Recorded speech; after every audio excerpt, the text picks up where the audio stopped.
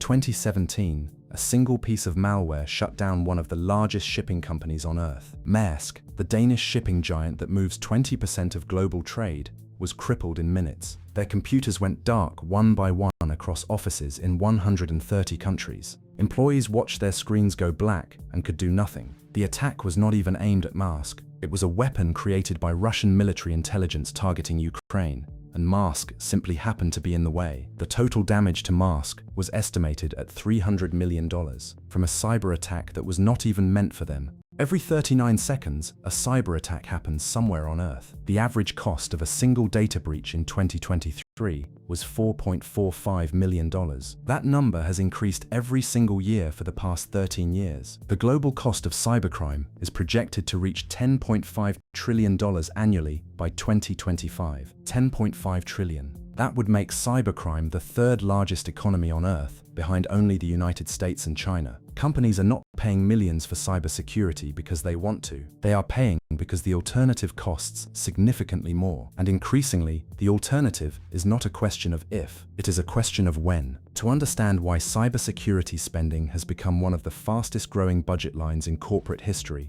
you need to understand what companies are actually defending against. The threat landscape has three distinct layers. The first layer is criminal ransomware. Ransomware is software that infiltrates a company's systems, encrypts all of their data, and then demands a payment, typically in cryptocurrency, to restore access. The mechanics are simple, the consequences are devastating. In 2021, Colonial Pipeline, the operator of the largest fuel pipeline in the United States, was hit by a ransomware attack. The pipeline shut down. Fuel shortages spread across the eastern United States within days. The company paid $4.4 million in ransom to restore operations. A criminal gang based in Eastern Europe had effectively held the fuel supply of an entire region hostage for $4 million. The ransomware economy is not a fringe criminal activity. It is a sophisticated industry. Ransomware groups operate with corporate structures, developers, testers, customer service teams, and even negotiators who handle ransom demands professionally. Some groups offer ransomware as a service,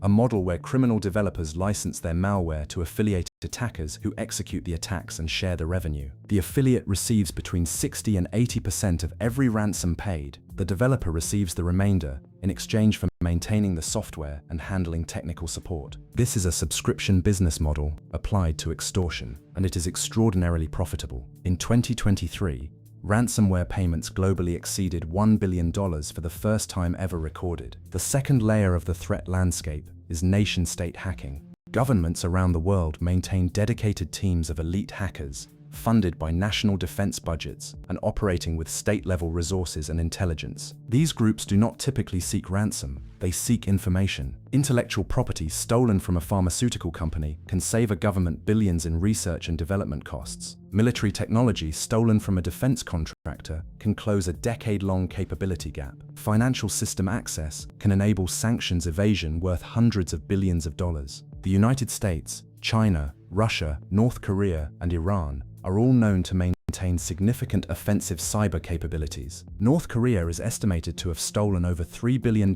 cryptocurrency through hacking operations between 2017 and 2023 alone, funding a significant portion of its weapons program. A nation using keyboards to fund nuclear weapons development. That is the world companies are defending against. The third layer is insider threats and human error. The vast majority of successful cyber attacks do not begin with sophisticated technical intrusion. They begin with a person, a phishing email that looks like a message from the company's IT department, a password reused across personal and professional accounts, a contractor with excessive system access who is compromised. 95% of cybersecurity incidents involve human error as a contributing factor. The most sophisticated firewall in the world cannot protect a company whose employee clicks the wrong link. This is why a significant portion of cybersecurity spending is not technical at all. It is training, awareness programs, behavioral monitoring, and internal policy enforcement. The human layer is the most expensive layer to defend because it cannot be patched. So what does a company actually buy when it spends millions on cybersecurity?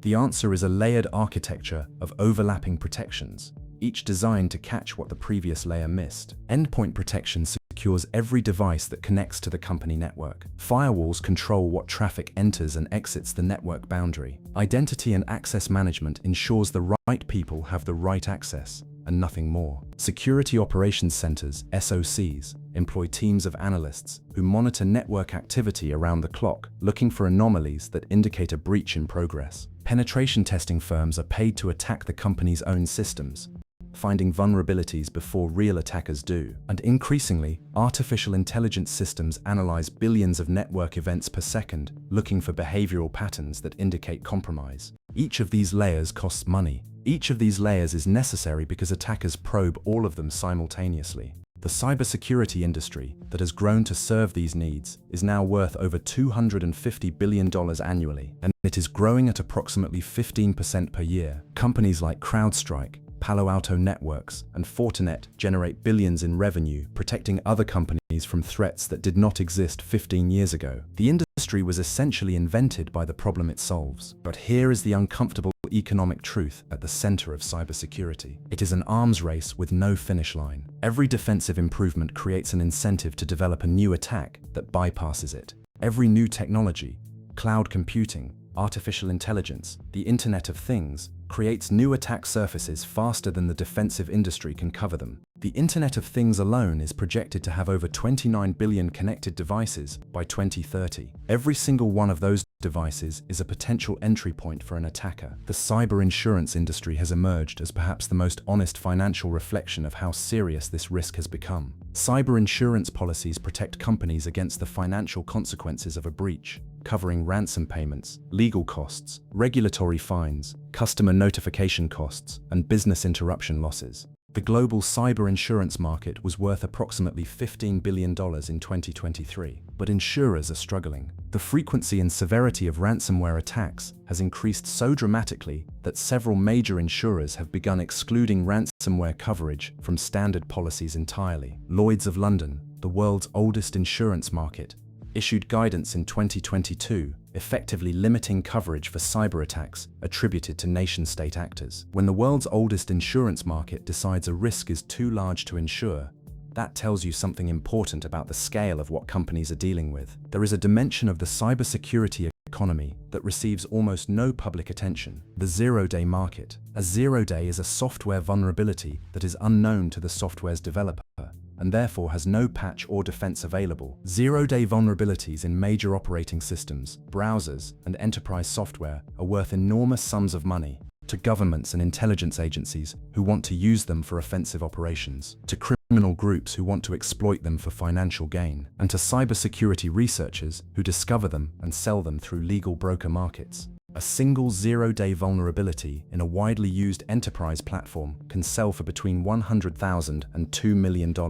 Governments including the United States, Israel, and various European nations are known buyers of zero-day exploits through classified programs, the same vulnerability that a company's security team is desperately trying to find and patch. Another entity is paying millions to keep secret. Now consider what all of this means for the average large company. They face criminal ransomware groups with sophisticated business models and millions in operational budget. They face nation-state hackers with intelligence agency resources and government funding. They face an insider threat that cannot be eliminated through technology alone. They operate technology infrastructure that grows more complex and more exposed every year. And they face a zero-day market where their own operating systems contain unknown vulnerabilities that someone, somewhere, has already purchased and is preparing to use. Against this threat landscape, paying millions for cybersecurity is not excess. It is the rational minimum response to an existential business risk. The most honest way to understand cybersecurity spending is not as a technology budget, it is as an insurance premium. Companies are not buying certainty of protection. They are buying a reduction in probability and a reduction in impact. The global average time to identify a data breach is 207 days. 207 days during which the attacker is inside the network, collecting data,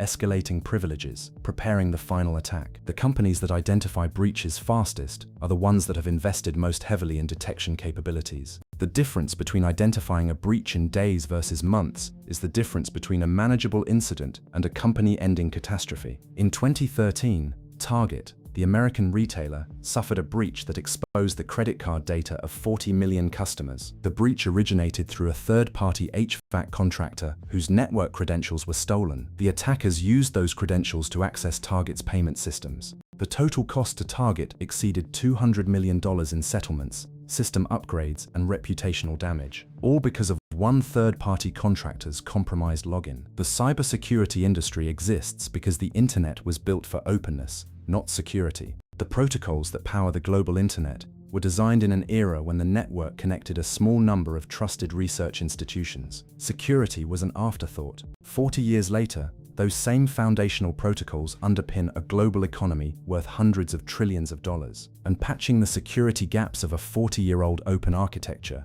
while billions of people and devices depend on it continuously, is one of the most expensive and difficult engineering challenges in human history. Companies pay millions for cybersecurity because they are operating on infrastructure that was never designed to be defended. And until the internet is rebuilt from its foundations, which is not happening, that reality will not change. Every year the attacks get more sophisticated. Every year the cost of defense rises. Every year the gap between what companies spend and what they need to spend grows wider. And somewhere right now, in a server farm in Eastern Europe, in an intelligence agency in East Asia, in a startup building the next generation of attack tools, someone is working on the next breach, the one that will cost another company another $300 million, the one they did not even see coming.